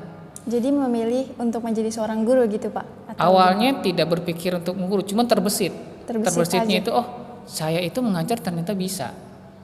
Nah di situ. Nah mulai masuk menjadi guru itu tahun 2017. Ya, jadi pada saat masa 2016 itu dari 2009 2010 itu masa-masa masa-masa pekerjaan itu nggak bagus lah. Nah, Bapak itu sempat cari pekerjaan baru ya. Kemudian dari beberapa pekerjaan sampailah satu sisi peristiwa Pak Safrijal membuat status butuh butuh pembimbing sanlat. Nah, pembimbing sanlat untuk bisa mengisi pesantren kilat di SMK Bina Industri yang kebetulan waktu itu adalah kakak kelas kalian yang pertama tuh. Nah, itu yang Bapak masuk kegiatan sanlat. Pada saat ngisi sanlat ya, terus kemudian selesai hari pertama ngobrol tuh dengan Pak Safrijal. Bapak tanya, ini sekolah kayaknya baru ya Pak? Oh iya betul Pak, baru. Terus udah ada kegiatan apa aja Pak? Belum ada kegiatan apa-apa. Jadi baru berjalan hampir setahun lah. Oh berarti belum ada kelulusan? Belum ada. Waktu itu kan masih baru 5 kelas ya? Iya baru 5 kelas. Baru 5 kelas. Terus kemudian sempat tuh dari Pak Safrijal ngobrol, Pak Kamal lulusan apa? Nah, saya teknik mesin Pak. Oh kita lagi butuh guru pengajar Pak teknik mesin. Terus tapi saya nggak ada basic untuk mengajar sebagai guru, bukan sarjana pendidikan lah, bukan. Terus dari arahannya dari Pak Safrijal, ya coba aja dulu Pak, mana tahu memang punya kemampuan untuk mengajar.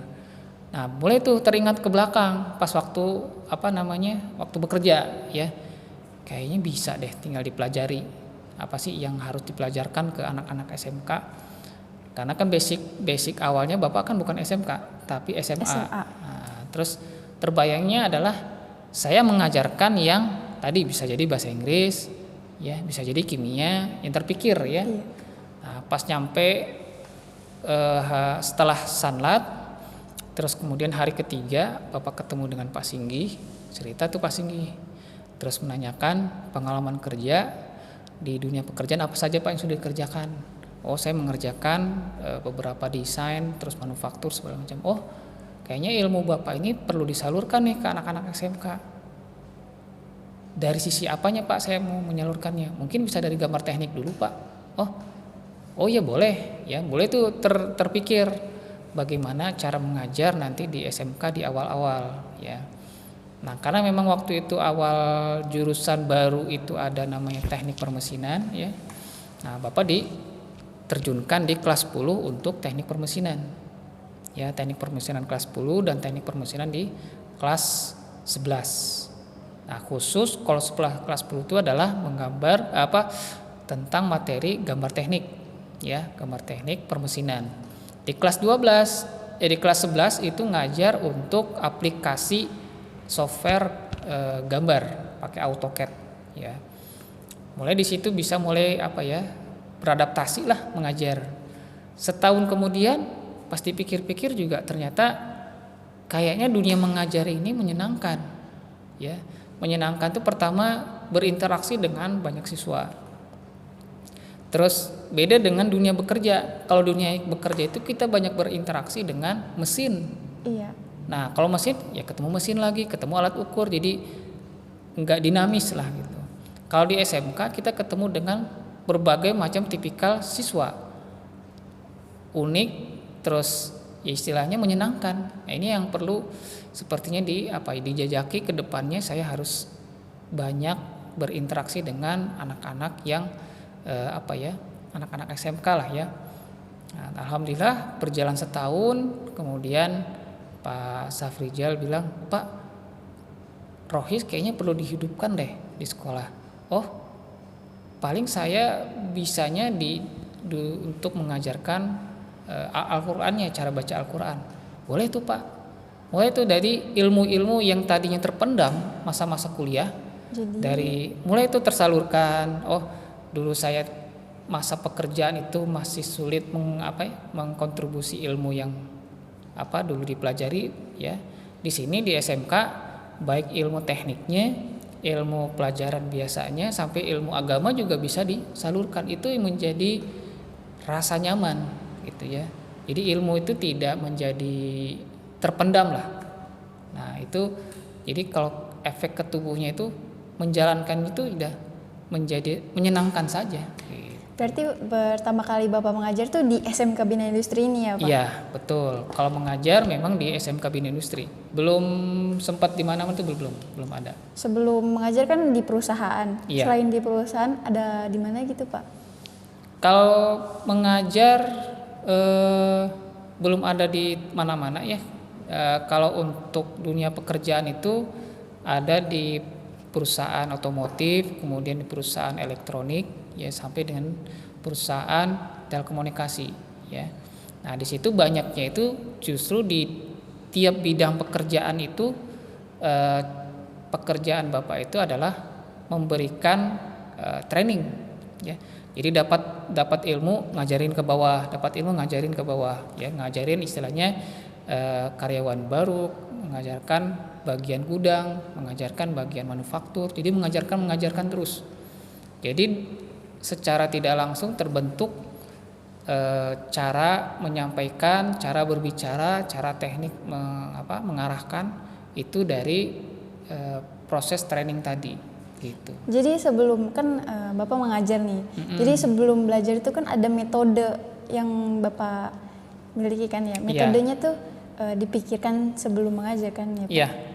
Pastinya itu dikonsep dulu ya. Dulu. Jadi kita nggak tiba-tiba menyampaikan materi, tapi kita membuat konsep dulu materi apa yang akan besok kita sampaikan. Jadi melihat cara berpikir anak juga. Jangan sampai kita menyampaikan ini terlalu meloncat. Nah, jadi kita lihat tahapannya dulu apa. Apakah mengenalkan dari dasarnya dulu, dari pengertiannya dulu, kemudian mengenalkan bagian-bagiannya, kemudian baru masuk kepada aplikasinya. Contoh misalkan kalau sekarang kan Bapak banyak di jurusan elektro ya. Iya, elektro. Nah, untuk mata pelajaran pengendali sistem robotik. Sebenarnya kalau dari sisi materi ya, Di semester awal semester ganjil ya, di lanjutan setelah 3 bulan ini adalah kita sudah masuk ke proses sampai dengan elektropneumatik ya. Cuman Bapak ngelihat mengukur dari kemampuan siswa ya secara mayoritas lah ya. Itu ada beberapa yang memang daya serapnya rendah. Jadi kalau misalkan Bapak masuk ke depannya justru yang mayoritasnya akan keseret-seret. Ya, kecuali yang memang sudah sebagian anak yang Bapak lihat ini penyerapannya bagus ya. Ya termasuk Zahra Bapak lihat mengikuti dengan baik ya dari pembelajaran yang Bapak sampaikan. Terus di sini ada sebagian yang bisa dinaikkan, ada sebagian yang memang jangan dulu nih. Nah, itu kan konsepnya harus ada. Jadi harus berimbang. Jadi kemampuan anak itu dilihatnya secara IQ, SQ sama EQ ya. IQ itu memang secara intelijensinya, daya pikirnya, daya nalarnya, nah itu IQ. Kalau SQ itu secara sosialnya. Jadi ada kepintaran dia berinteraksi, berkumpul. Jadi tidak hanya pinternya itu pinter mikir tapi nggak bisa ngomong. Nah itu harus ada kepintarannya, itu kepintaran yang memang sosialnya itu terbentuk, cara berkomunikasi. Karena dunia kerja juga kan nanti ada namanya bekerja dengan orang-orang yang berbeda. Iya, pasti ya berbeda. Ada yang orang Batak, ada orang Aceh, ada orang Medan. Kan mungkin secara bahasa bisa jadi ada intonasinya tinggi. Kalau orang Jawa mungkin cara penyampaiannya agak mendatar ya. Terus kemudian orang Sunda juga beda. Kalau kita tidak bisa bersosial dengan baik, tentu sikapnya juga nanti akan beda ya. Kalau tidak terbiasa dengan orang Medan misalkan ya, yang cara bicaranya nadanya tinggi, wah terdengarnya jadi apa ya, seperti marah. Padahal ya orang Medan ya begitu cara Emang ngobrolnya gitu, ya. Kan berpikir orang berbeda-beda ya. Ya jadi memang harus siswa itu juga terbentuk IQ-nya, SQ-nya, dan EQ-nya. Nah EQ sini adalah emosional. Nah, emosional quotient, kepintaran emosi. Bagaimana dia mengatur emosinya. Pada saat ada persoalan yang dihadapinya, maka emosinya itu akan ditempatkan yang mana? Emosi negatifnya atau emosi positifnya. Misalkan nih kayak Zahra misalkan ya, ada tugas dari Bapak, aduh susah misalkan ya. Kalau munculnya adalah emosi negatif, yang dimunculkan apa? Udah nggak dikerjain deh. Kan emosi ya. Iya, emosi. Udah nggak ngerti, capek, pusing, disalahin terus misalkan ya. Udah nggak ngerjain deh, males. Itu emosi negatif. Tapi ada emosi yang sebutnya emosi positif. Apa Dimunculkan itu adalah kita tahu, saya melihat ini kok saya banyak salahnya ya. Kira-kira apa yang harus dilakukan? Saya ketemu gurunya. Pak, saya nggak ngerti. Tolong ajarin dong Pak. Oh, mana kamu yang ngerti? Ini. Oh, kemudian sama Pak dijelaskan. Coba baca materi ini. Nah, paragraf ini dihafal ya, atau komponen ini dimengerti ya. Oh ya Pak. Terus pulang ke rumah dia mencoba mengupayakan diri untuk belajar. Itu kan harus ada rasa emosi untuk mau belajar gitu. Terus dipelajari sampai dengan dia berhasil memahami. Jadi EQ-nya itu memang harus istilahnya harus diolah. Kayak masa-masa kalian ya, itu memang paling harus ditonjolkan adalah kepada EQ-nya. EQ emosionalnya. Karena masa-masa remaja itu kan masa-masa di mana terjadinya perubahan baik secara fisik maupun secara hormonal ya. Itu terjadi. Nah, itu kalau tidak bisa mengatur emosional, ya tadinya justru berdampaknya itu bukan berdampak baik, justru akan berdampak buruk. Nah, kepada kalau dalam hal pelajar berarti kan ke prestasinya. Iya, ke prestasinya. Nah, itu. Jadi menurut Bapak nih, Bapak kan mengajar anak elektronika. Kebanyakan tuh emosinya emosi negatif atau emosi positif nih Pak? Kalau yang Bapak lihat, kalau untuk anak elektro ya, khusus di pelajaran Bapak, yang Bapak lihat itu adalah 50-50.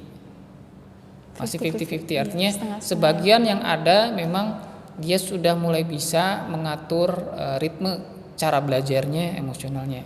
Ada yang memang belum bisa, masih belum move on lah bahasanya. Jadi punya masalah langsung mandek, ya.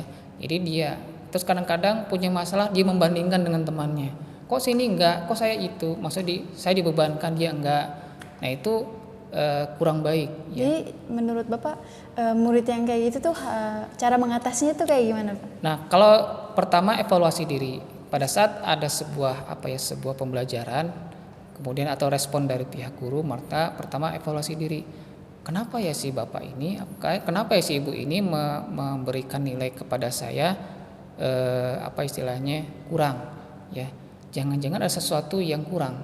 Datangi gurunya, komunikasikan. Pak, ada tugas saya yang kurang. Pak, ada mata pelajaran yang saya tidak ikuti, atau ada komunikasi saya yang salah. Nah, kita harus bisa berani mengintrospeksi diri. Sisi mana yang kurangnya, temukan itu dulu. Nah, terus pada saat diberikan masukan, karena kan tiap guru beda-beda ya cara gaya menyampaikan. Ya, misalkan kalau cara Bapak, kalau secara umum Bapak lihat baik guru maupun siswa, kalau Bapak nyampein nada intonasinya itu tidak tinggi ya, tapi mengajarkan harusnya begini. Mungkin cara menyampaikan guru lain ada yang memang gaya intonasinya tinggi. Ya, memang dia maksudnya baik. Cuman itulah cara dia menyampaikan ke siswa, ya, dan itu harus direspon. Khususnya kita bagi siswa itu temukan masalah saya itu apa dulu, kemudian bagaimana arahan gurunya, ya, kemudian apa yang harus saya lakukan. Nah itu yang harus menjadi kuncinya itu di situ, ya. Jadi jangan memposisikan prasangka dulu, ya. Si guru baik, ini baik, si guru itu agak galak, jangan ya. Tapi posisikan energi positifnya itu dimunculkan dulu. Berprasangka baik aja dulu. Kalau memang saya kurang, berarti saya harus mau dibimbing. Apa nih kesalahan saya, apa kekurangan saya. Justru itulah yang harus kita gali saat ini. Berbeda nanti ke dunia kerja. Berbeda lagi dengan dunia perkuliahan, ya. Kalau di dunia perkuliahan itu benar-benar bisa dikatakan 180 ya, gaya hidupnya atau gaya belajarnya dengan SMA atau dengan SMA itu beda ya. Kita harus mikir sendiri segala sesuatunya ya, menentukan sendiri gayanya. Kalau kita tidak bisa menentukan cara pandang yang benar, itu bisa jadi ya kalau kita akan kuliah itu tidak menyelesaikan kuliah dengan baik. Seperti yang Bapak sampaikan waktu Bapak awal-awal kuliah, karena masih ada sifat SMA ya, kaget pada saat berhadapan dengan dosen cuma datang masuk sebentar ngasih tulisan-tulisan dicoret di papan, kasih tugas suruh mikir sendiri. Jadi gaya perkuliahan itu tidak seperti anak SMA atau SMK, istilahnya buka buku halaman segini kemudian tulis di buku. Mungkin itu ada sebagian mata pelajaran yang seperti itu, tapi di perkuliahan tidak.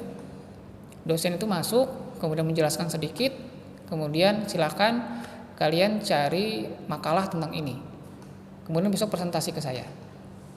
Jadi memang beda ya gaya-gaya perkuliahan itu. Nah, termasuk juga dunia pekerjaan yang Bapak lihat, termasuk kakak alumni kalian ya. Yang Bapak lihat itu di perusahaan-perusahaan itu mentalitas dengan masuknya dia ke dunia industri itu belum belum 100% disiapkan.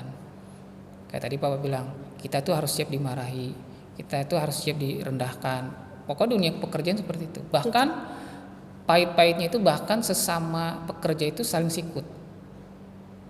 Bisa jadi seperti itu. Oh, berarti jadi harus mempersiapkan diri dari sekarang gitu ya Pak, biar nggak kaget nanti. Nah, mempersiapkan diri sekarang itu dari mana? Dari proses kita belajar. Ya. Ada kesalahan. Kalau ada kesalahan yang sifatnya itu buat diri kita, ini poin di kita melakukan perbaikan. Dari sisi mana nih yang mau perbaiki itu.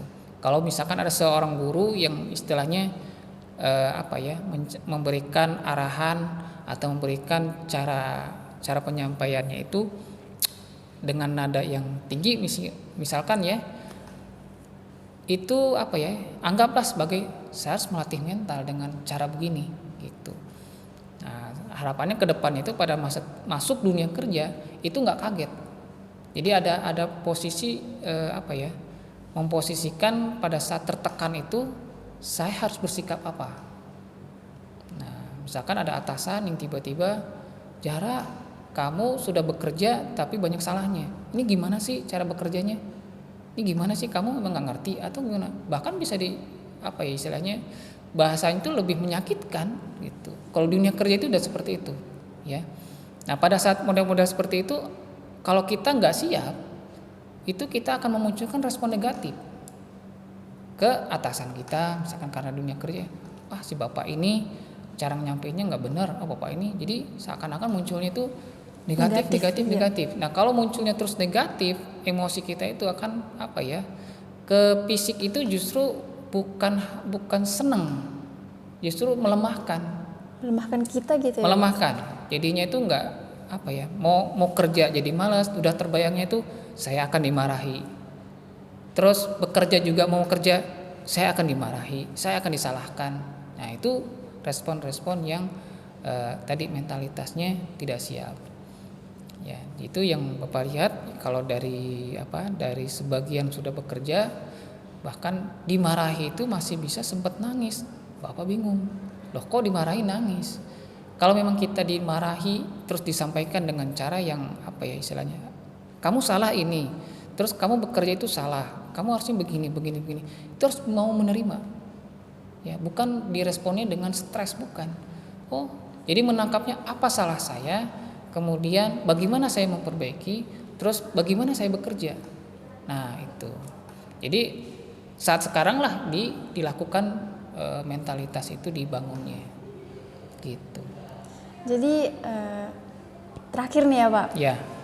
Kesan dan pesan Bapak untuk anak muda zaman sekarang nih Pak. Itu apa nih Pak?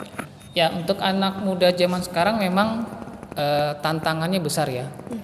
Tantangannya besar itu yang Bapak sebutkan adalah pertama, gaya hidup.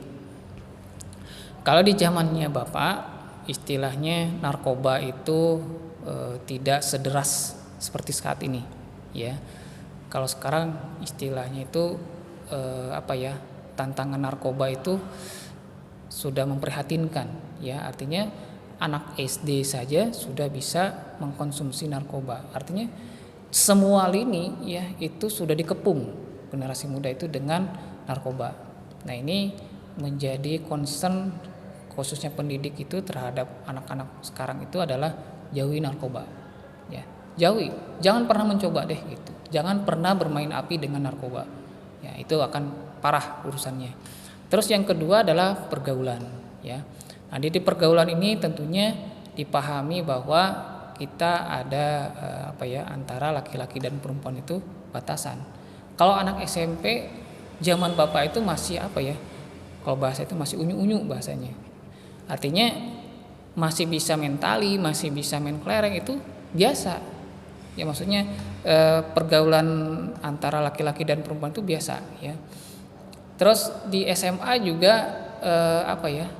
informasi berkenaan dengan media sosial itu kan belum semudah sekarang, ya. Zaman dulu itu ya informasinya ya sekedar namanya itu pendidikan dari sisi pergaulan, ya, itu ibaratnya itu bahasanya itu terbatas lah, tidak kalau sekarang terbuka, ya, bahkan bebas, ya. Apalagi kalian itu sudah megang gadget, ya. Megang gadget itu satu kata itu bisa membuka misteri yang, ya, kalau satu kata di Google itu bisa membuka misteri-misteri yang lain. Iya, banyak arti. Jadi ini yang istilahnya yang perlu diperhatikan gitu buat kalian tuh. Gadget yang kalian pakai itu jadikan itu sarana buat benar-benar belajar, bukan untuk cari yang lain gitu. Kalau misalkan ada tugas pembelajaran, nah itulah gunakan itu untuk belajar, ya. Kalau dulu Bapak ya setiap belajar atau misalkan di SMA, SMK, di kuliahan itu selalu ngingetnya itu bagaimana susah payahnya orang tua.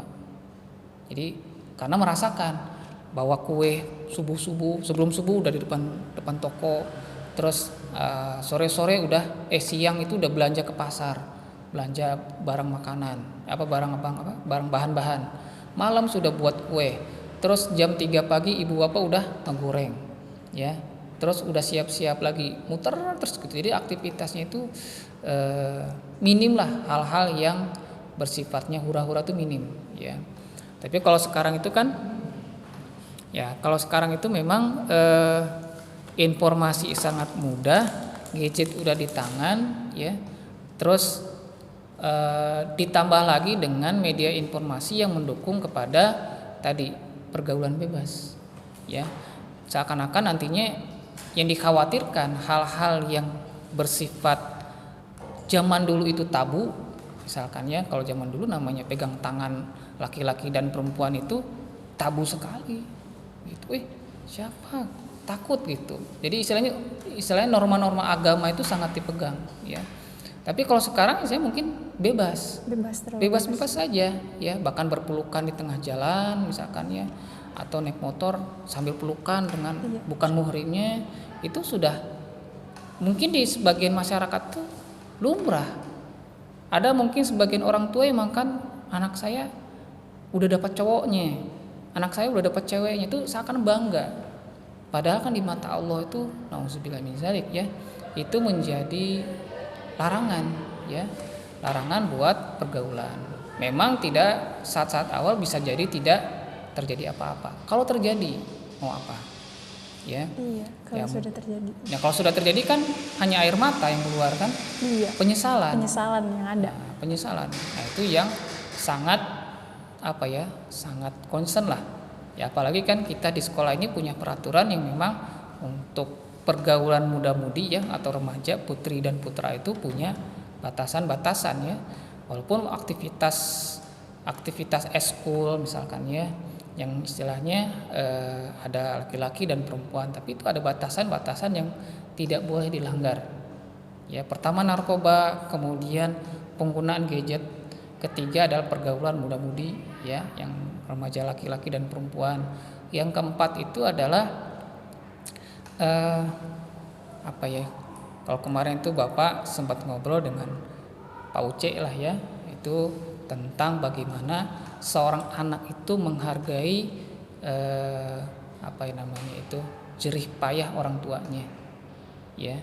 Nah itu kan coba setiap hari itu, setiap pulang sekolah atau aktivitas apapun itu sering peganglah tangan ibu bapak kalian atau tatap wajahnya, ya, sebagaimana susahnya mereka.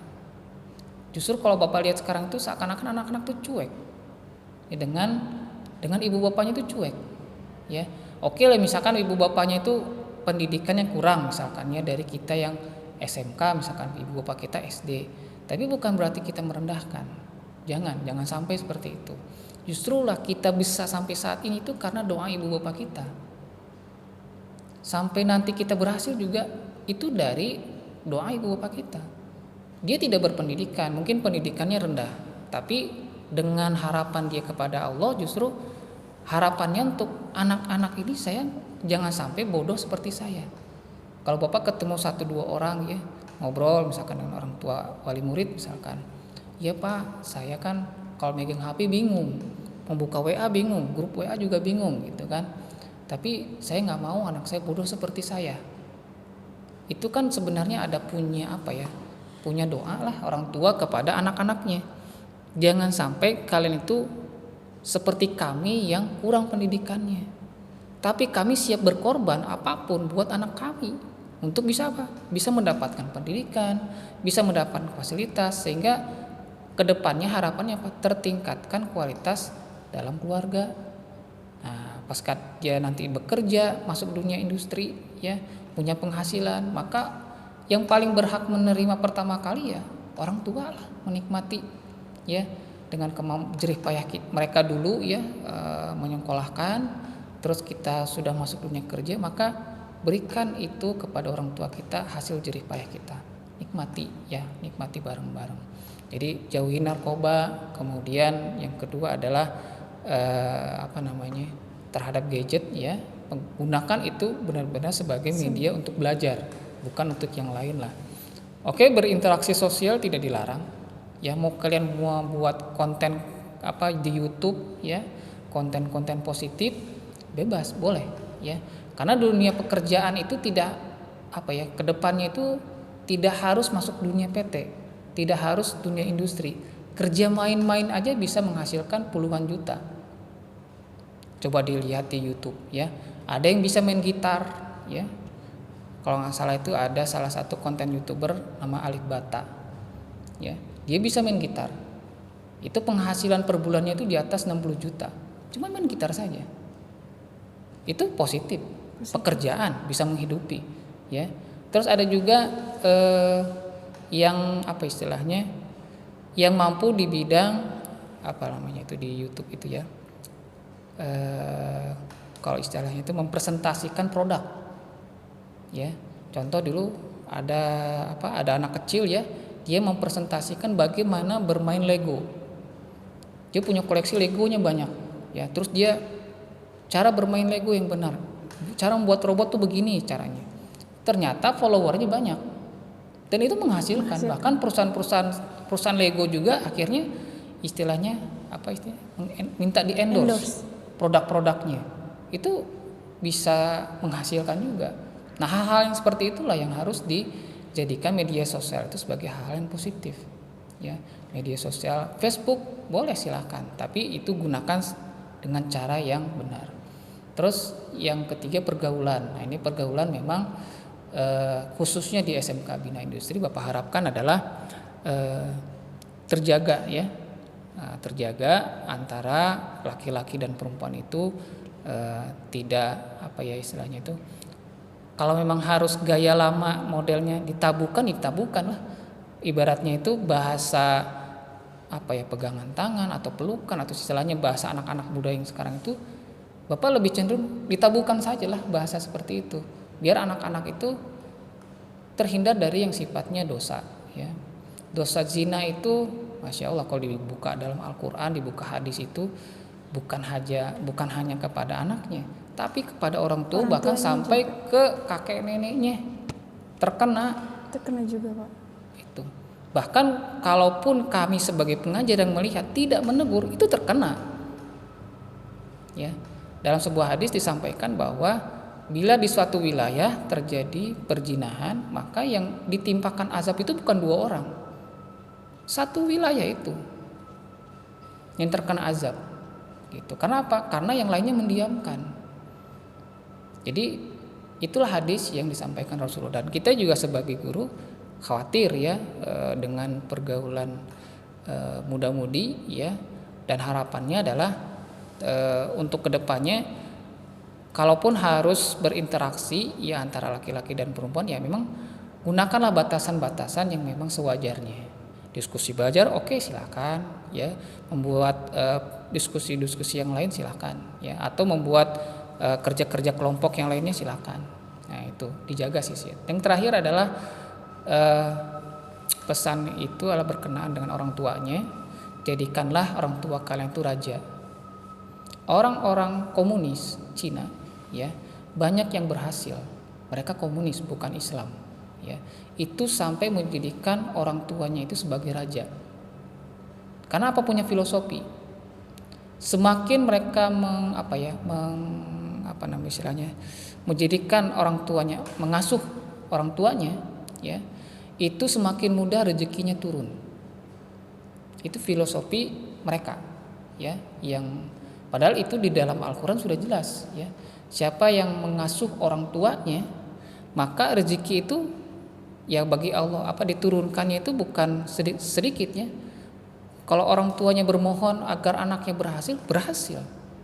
Orang tua yang bermohon agar dilindungi.